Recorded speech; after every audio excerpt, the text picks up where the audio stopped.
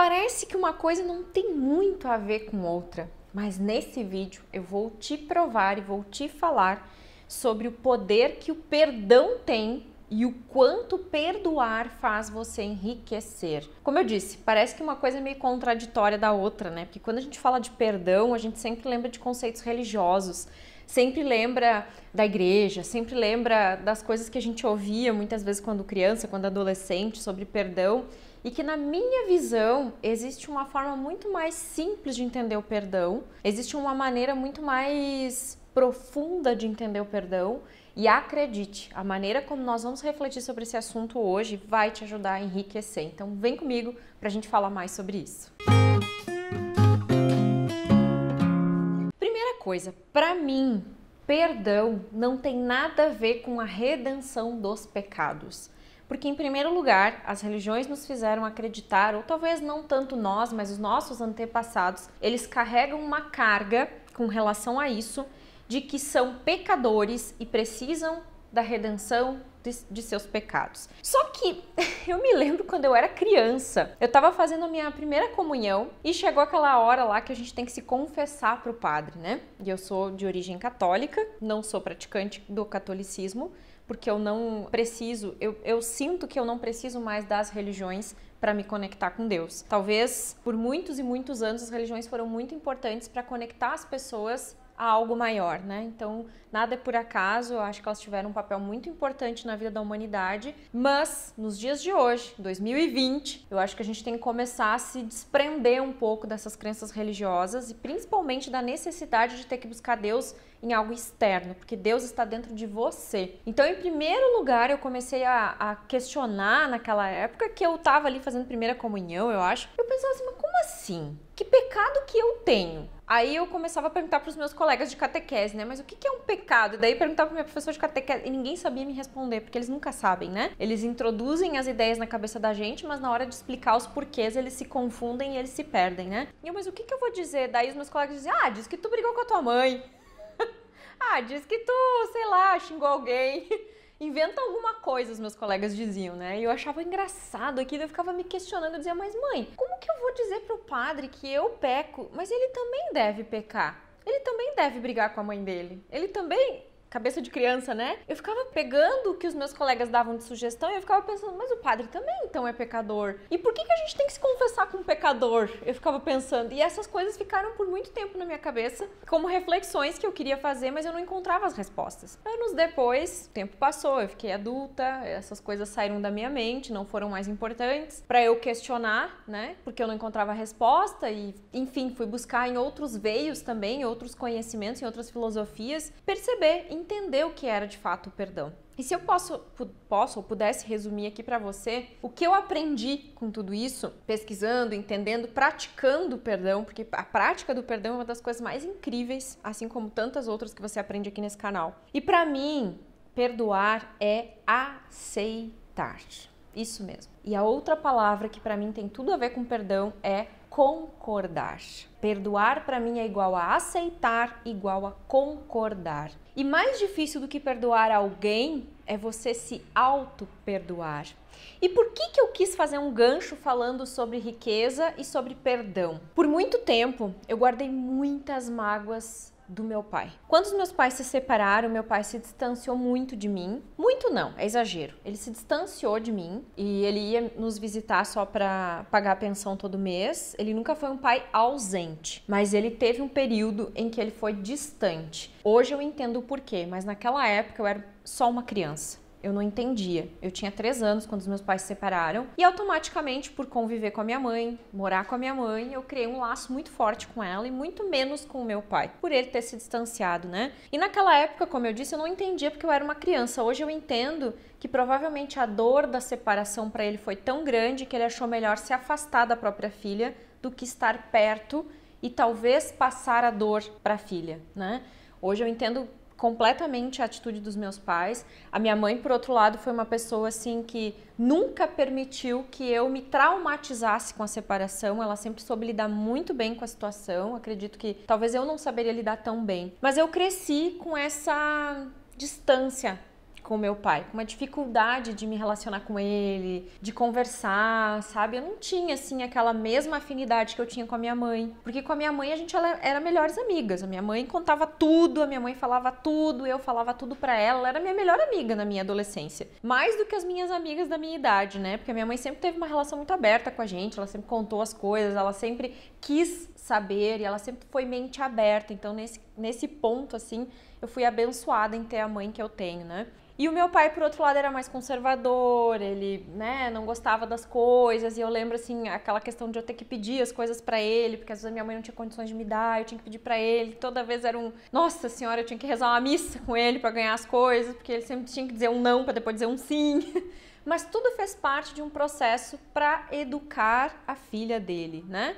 Mas em função disso, eu comecei a guardar mágoas, que hoje eu nem sei mais que mágoas são essas, porque eu limpei isso do meu coração de verdade. Por ele ser distante, por ele não ser próximo a mim, por eu ver outras situações de família e pais que eram presentes e ele não tanto, eu comecei a criar, porque isso não era real, monstros a respeito do meu pai. E eu comecei a me magoar com ele sem ter nenhum motivo para me magoar com ele, porque ele fez o melhor que ele pôde na condição que ele tinha. E depois de muitos anos estudando, e principalmente depois de conhecer um pouquinho mais a constelação familiar, eu entendi de fato o papel do meu pai na minha vida. E assim como a mãe representa o nosso sucesso, o nosso financeiro, o nosso profissional, né? Isso eu estudei tanto no xamanismo quanto na constelação. Por quê? Porque a mãe é o nosso primeiro sim. A mãe nos deu o nosso primeiro sim, né?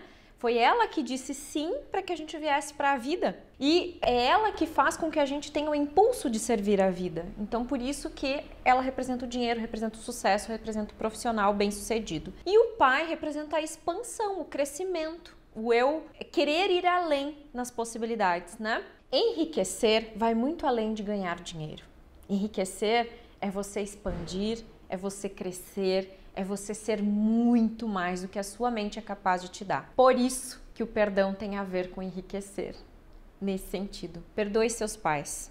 De coração, se você quer enriquecer, quer ganhar muito dinheiro, quer ser feliz na sua vida, aprenda a aceitar e concordar com o destino dos seus pais. Eles sempre foram e fizeram o melhor que puderam na condição que tinham. E é por isso que não importa se você não vê os seus pais biológicos, ou se eles não estão mais aqui, já partiram, ou se você nem os conhece, você precisa resgatar o amor e o perdão dos seus pais para que você possa fluir para uma nova realidade e construir uma vida de riqueza e de prosperidade. Porque tudo que se mantém preso a mágoas, a tristezas, a dores emocionais, prende você numa realidade dolorida e não faz com que você evolua nesse sentido. Então até anotei aqui algumas coisas que eu acho muito importante. Eu estou falando dos pais por causa da minha história, que foi real, que eu vivi na pele. Por muito tempo eu não queria perdoar o meu pai, por muito tempo eu achava que ele tinha obrigação de fazer as coisas por mim, que ele era o pai, né?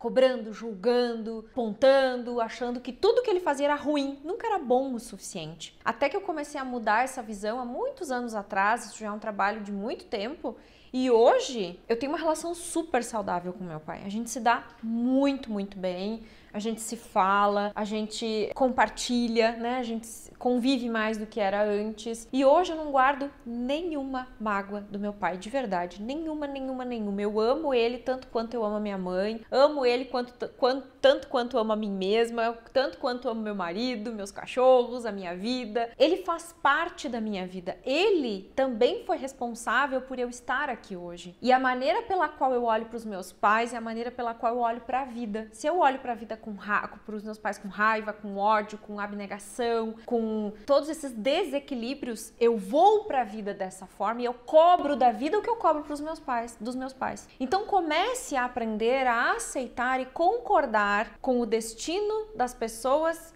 que conviveram ou viveram ou experimentaram a vida junto com você. Comece a concordar e aceitar o destino dos seus pais e deixe eles viverem a vida deles e cuide da sua, e aprenda também a concordar e aceitar o seu destino. Nada é por acaso, absolutamente nada do que te aconteceu até hoje foi em vão. Aprenda, reúna forças, se liberte e perdoe para seguir em frente. Se você não fizer isso, nunca a riqueza fará parte de você.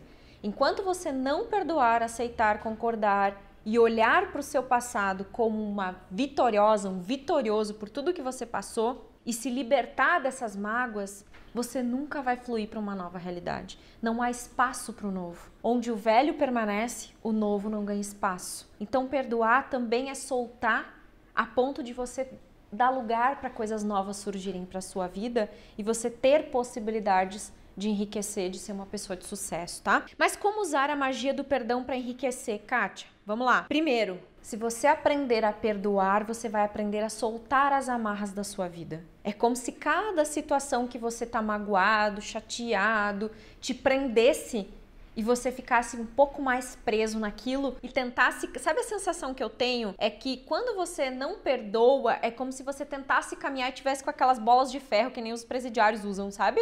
Nas pernas. Você quer caminhar pro seu futuro, você quer andar, mas aquilo te prende, aprisiona e também pesa. Não perdoar traz peso para dentro de você, traz pesar. Você não consegue soltar para que a vida aconteça, tá? Segunda coisa que o perdão faz como mágica é diminuir a expectativa para você não se decepcionar. Quando você cria expectativas muito altas sobre as pessoas, você também tem dificuldade de perdoar quando algo acontece. Aprenda a equilibrar a expectativa que você tem das pessoas. Aprenda a equilibrar a expectativa que você tem da vida. Como faz isso, Kátia? Olhando para você e entendendo que você faz o melhor que você pode na condição que tem, da mesma forma que as pessoas fazem o melhor que podem na condição que tem. E o que elas te dão é mais do que o suficiente, não é menos. Olhe para a vida com esse olhar e você vai criar esse ambiente nos relacionamentos também, de nunca achar que a vida não te dá o suficiente. Tá? Terceira coisa importante que o perdão faz é desapegar do resultado. Se você pratica e você treina a perdoar as coisas quando não dão certo, você também aprende a se desapegar de um resultado focado. Porque às vezes o que você quer, se você controla demais o seu resultado, ou seja, diz para o universo o que você quer de verdade, o universo às vezes tem uma possibilidade muito melhor do que aquela, mas você está com o olhar preso numa coisa só. Então, quando você treina a perdoar, você também desapega do resultado e aprende a esperar o melhor que a vida tem para te dar. Outra coisa essencial que o perdão faz, que na minha opinião é o mais poderoso de tudo que eu te falei até agora, é o auto-perdão. Por quê? Porque quando você erra, você se pune. Se você pune as pessoas, imagina o quanto você se pune. Porque o que você cobra do outro, na verdade, é o que você se cobra. Então você precisa trabalhar diariamente o auto-perdão. E eu digo para mim mesma todos os dias antes de dormir, ou de manhã, ou nos dois momentos, quando eu sinto que é necessário, ou ao longo do dia, eu me perdoo e eu me liberto, eu me aceito do jeito que eu sou. Vou pedir para todos botar na tela essa frase aí. Eu me perdoo, eu me liberto, eu me aceito do jeito que eu sou. Bem simples. Porque sempre vai haver momentos em que a gente vai sentir que talvez cometeu algum erro. Não se puna por isso. Aprenda a se libertar. De novo, né? Não fica carregando esse pesar, esse peso nas costas. Solta, liberta, para que abra espaço para o novo, para que coisas novas surjam.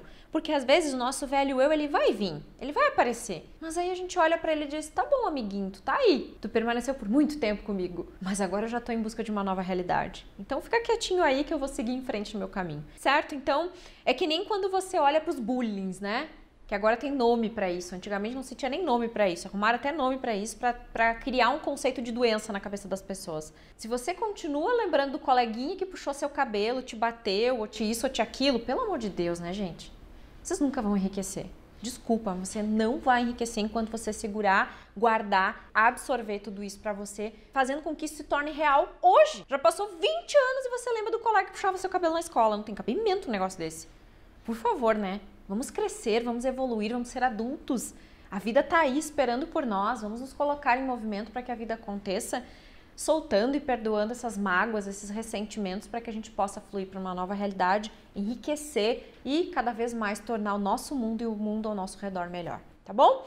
Beijo no coração, comenta aqui embaixo e a gente se vê no próximo vídeo.